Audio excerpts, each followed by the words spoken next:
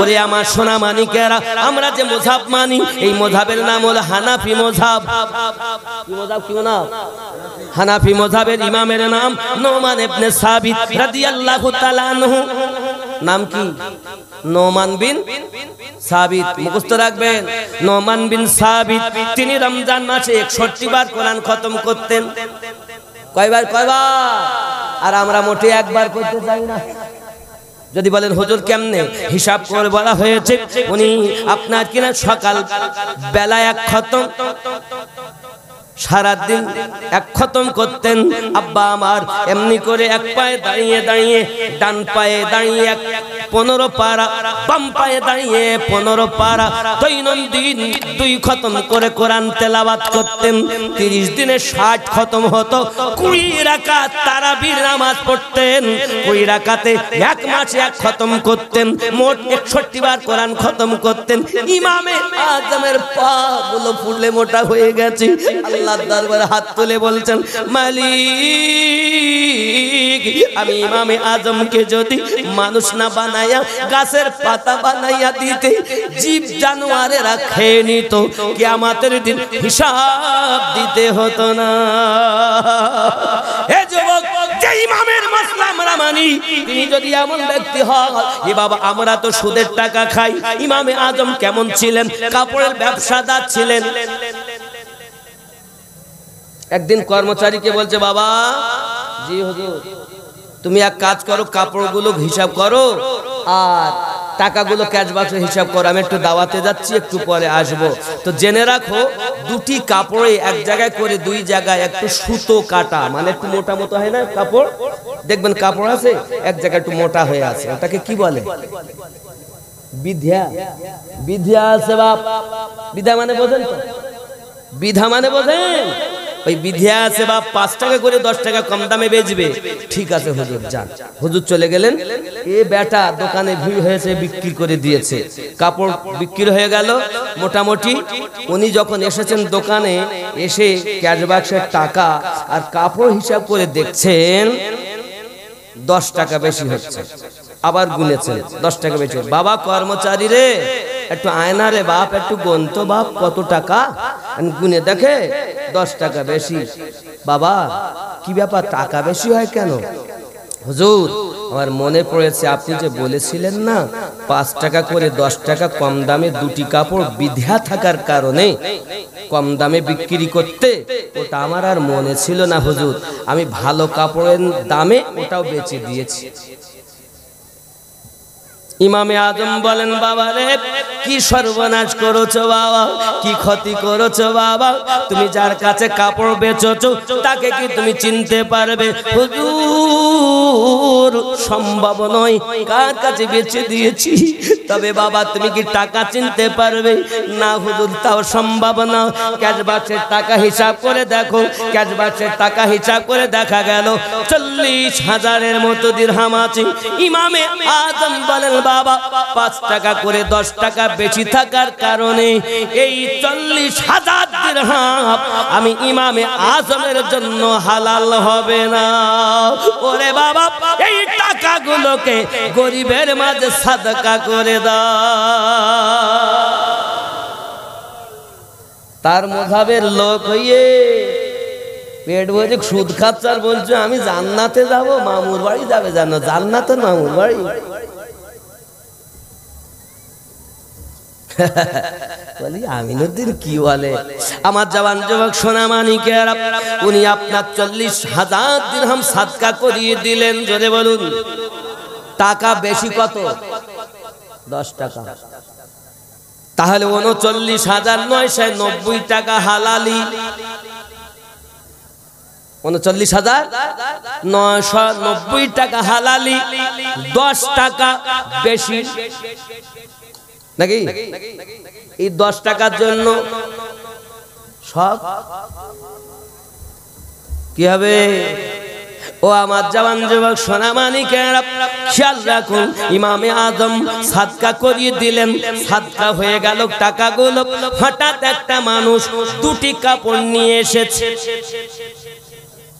ও জগতের শ্রেষ্ঠ ইমাম, এক জায়গায় করে দুই জায়গায় কাপড়ের মধ্যে বিধা থাকার কারণে আমার বিবি কাপড় দুটি পছন্দ করিনি, আপনি কাপড় ফিরিয়ে নেন, আমার টাকা ঘুরিয়ে দেন। বলে বাবা কাপড় পছন্দ না করার কারণ এক জায়গায় করে দুই জায়গায় বিধা থাকার কারণে বিবি কাপড় পছন্দ করলো না। ইমামে আযম এতটুকু কথা শুনে চোখের পানি টপ টপ করে ঝরিয়ে দিয়েছেন। আরে এমন করে কান্না করে। ইমামে আজমের কান্না দেখে ওই ব্যক্তি বলতেছেন বাবা হুজুর আপনি কাঁদবেন না, আপনি কাঁদবেন না, আপনার কান্না আমার সহ্য হয় না, আপনি জগতের শ্রেষ্ঠ ইমাম, আপনি কাঁদতেছেন কেন? ইমামে আজম বলেন বাবা রে কি মনে করছো আমি কাঁদি? হুজুর কাঁদবেন না, টাকা দিতে হবে না, কাপড় ফিরাতে হবে না, আপনি দয়া করে কাঁদবেন না, আপনার মতো শ্রেষ্ঠ ইমাম যদি কাঁদে আমার তো সহ্য হয় না। ইমামে আজম বলেন বাবা তুমি কি মনে করেছো আমি তোমার টাকা ফেরত দেওয়ার জন্য কাঁদি? কাপড় দেখে কাঁদতেছি। হুজুর কাপড় দেখে কান্নার কারণ? বাবা তুমি এই যে বললে এক জায়গায় করে দুই জায়গায় সুতো মোটা ইয়ানি কে বিধা থাকার কারণে কাপড় দুটি বিবি পছন্দ করলো না। কাল কিয়ামতের দিন আমার আল্লাহ যদি আমাকে বলেন ইমামে আজম তোর আমল নামার ভিতরে অনেক জায়গায় বিধা রয়ে গেছে, ওরে বাবা আমি তোর কাপড় ফেরত নেওয়ার জন্য কাঁদি না। আল্লাহ যদি আমার আমল নামাতে বিধা পেয়ে আমাকে একবার বলে দেয় ইমামে আজম তোর আমল নামার ভিতরে অনেক জায়গায় বিধা পাওয়া গেছে, এই দুঃখে কাঁদি বেশি।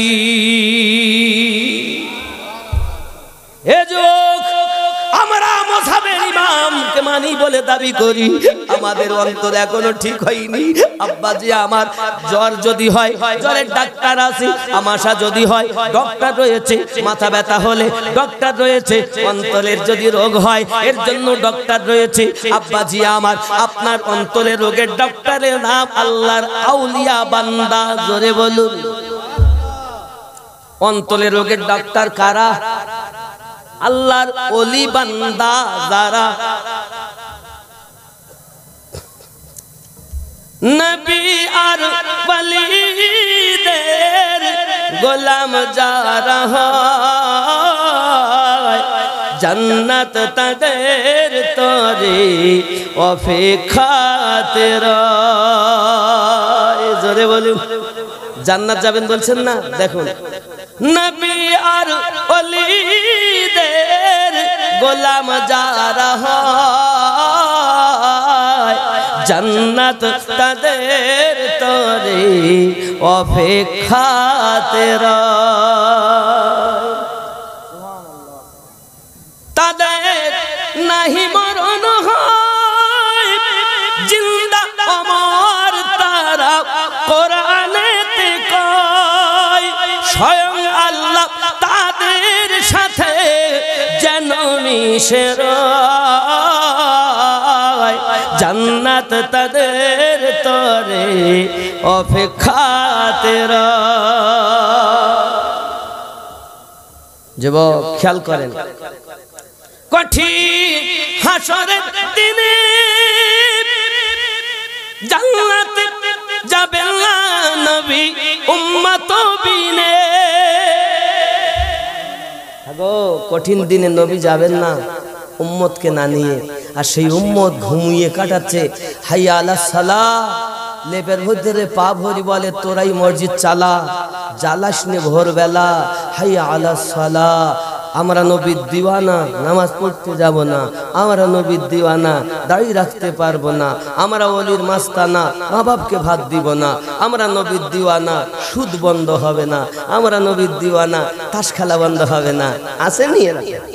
মায়েরা বলছেন আমরা নবীর দিওয়ানি, সিরিয়াল দেখা বন্ধ হবে নি, আমরা নবীর দিওয়ানি, পর্দায় থাকতে পারবো নি, আমরা নবীর দিওয়ানি, স্বামীর খেদমত হবে নি। এখানকার মায়েরা ভালো, এরা সব করে টরে না, খুব ভালো। নামাজও পড়ে, রোজাও রাখে, যেহেতু ওলি আল্লাহর ভালোবাসেন। আর এই গ্রামটা আমাকে বলছিলেন বাবাজি একদিন বলছিলেন প্রায় 1300-1400 ভোটার আছে, বহুত বড়। আমাদের সভাপতি সাহেব তিনি দাওয়াত দিতে গিয়েলেন, আরো একজন গিয়েলেন আমাকে। তো যাই হোক, আল্লাহ আনিয়েছেন। আমি আপনার কদমে হাত রেখে বলবো, আব্বা এই জীবনটা আমাদের 60-70 বছরের, কোটি কোটি বছরের বাজার আমরা করতে এসেছি, কোটি কোটি বছরে বাজার করতে এসেছি। আব্বা বয়স কত? 60-70, সরকারি আওতায় তো 60। এই 60 বছরের বয়সে কোটি কোটি বছরের বাজার, ঘুম হবে কেমনে, হাসবো কখন? আমার নবী বলেন, দুনিয়ায় যদি বেশি করে কাঁদতে পারো তাহলে তুমি কবরে হাসতে পারবে, হাসরে হাসতে পারবে। আর দুনিয়ায় যদি তুমি হাসো, কবরে তোমাকে কাঁদতে হবে।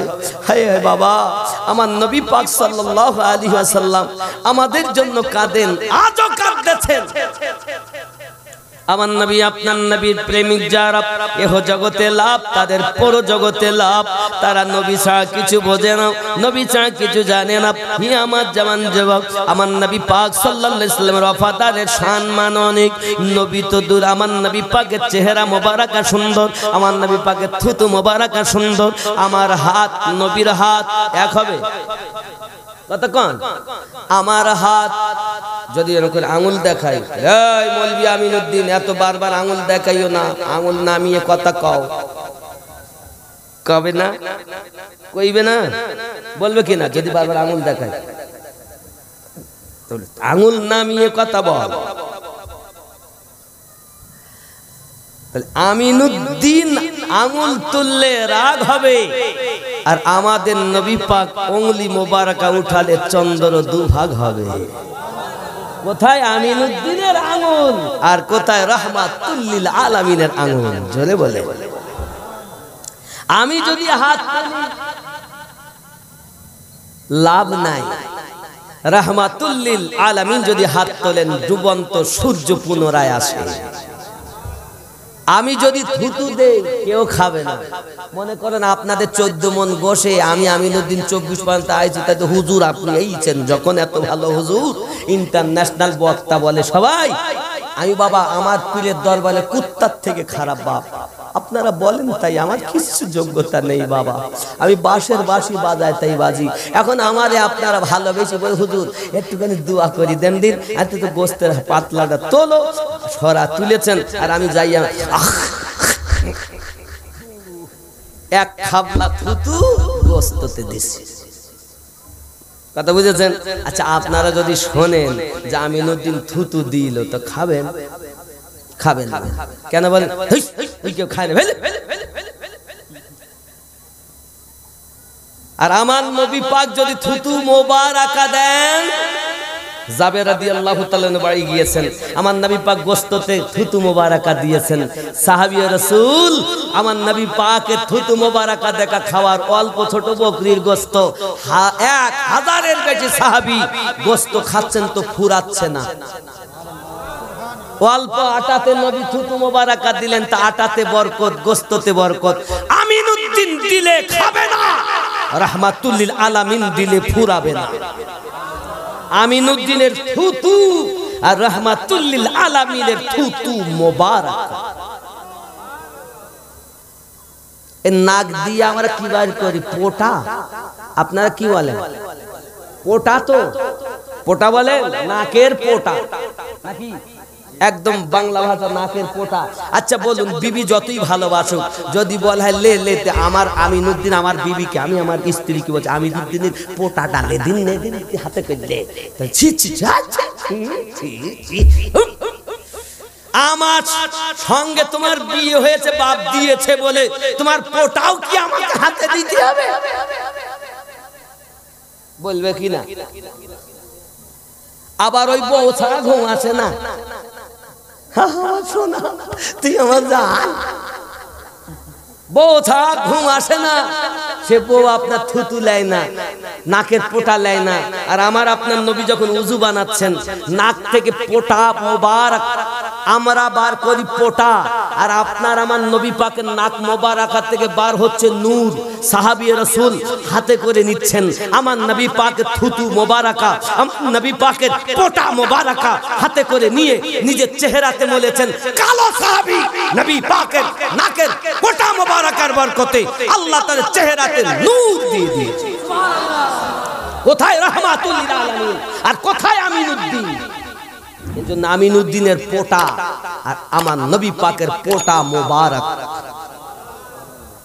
তুমি কার ওয়াজ শুনেছো বাবা? আরে নবী তিনি যার উপরে আল্লাহ দরুদ পড়তেছেন। আর তুমি কার ওয়াজ শুনেছো? শুনি এখন তুমি ওয়াহাবি হয়ে গেছো, বলতে দরুদ পড়া বেদা, কিয়াম করা শিরক, দোয়া করা শিরক, ফরজের পর দোয়া নাই, শবে বরাতের রাতে মসজিদে ইবাদত করা থেকে বেশ্যাখানায় গিয়ে মহিলাদের কাছে থাকা অনেক ভালো। জোরে বলুন নাউজুবিল্লাহ। এইরকম মৌলবি আছে না? আছে না? আমরা মৌলবি এই আমরাই সমাজটাকে নষ্ট করে ফেলেছি। আমরা লেকচারাররা সাধারণ মানুষ না, এরা তো ভালো মাটির মানুষ। আমি তো মনে করি আমার থেকে এরা ভালো। এরা বোঝে না, আমরা যেভাবে বুঝিয়েছে সেইভাবে বুঝেছে। আমি হাত ধরে বলি, পায়ে ধরে বলি, যুবক আমরা এমন নবীর উম্মত যে নবীর থুতু মোবারক, যে রাসূলে পাকের নাকের পোটা নূর, যে রাসূলে পাকের পেশাব নূর, যে রাসূলে পাকের পায়খানা মোবারক নূর, রাসূলে পাকের মাথা চুল মোবারকা থেকে কদম মোবারকা পর্যন্ত নূর হি নূর।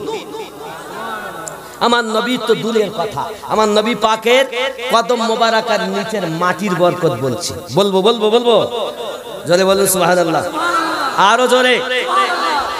জামানা দিওয়ানা ও গো মামিনা, তোমার লালের নাই তুলনা, মাগো তোমার লালের নাই তুলনা।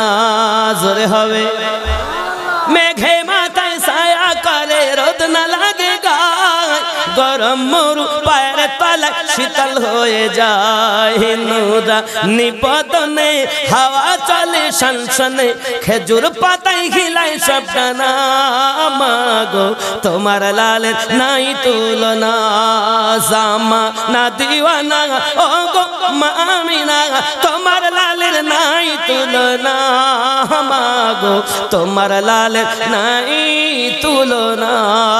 জোরে বলো। মোদের নবীর জন্ম হলো যেদিন মক্কায়, শুকনো গাছে ফুল ফুটিল মরু সাগরায়, মাথা নত করে আল্লাহর দরবারে উম্মতের জানাই শুভ কামনা, মাগো তোমার লালের নাই তুলনা। জামা না দিওয়ানা ও গো মামিনা, তোমার লালের নাই তুলনা, মাগো তোমার লালের নাই তুলনা। মিরাজ রাতে আপন কাছে আল্লাহ ডেকেছিল, জোরে জোরে বলো। মিরাজ রাতে আপন কাছে আল্লাহ ডেকেছিল, ভেদের কথা বলল তার গোপন যত ছিল। কারেন্টের সাওয়ারি বোরাক হয় তার গাড়ি, কারেন্টের সাওয়ারি বোরাক হয় তার গাড়ি, আর সে আজম চাহর হিলে না, মাগো তোমার লালের নাই তুলনা। জোরে বলো।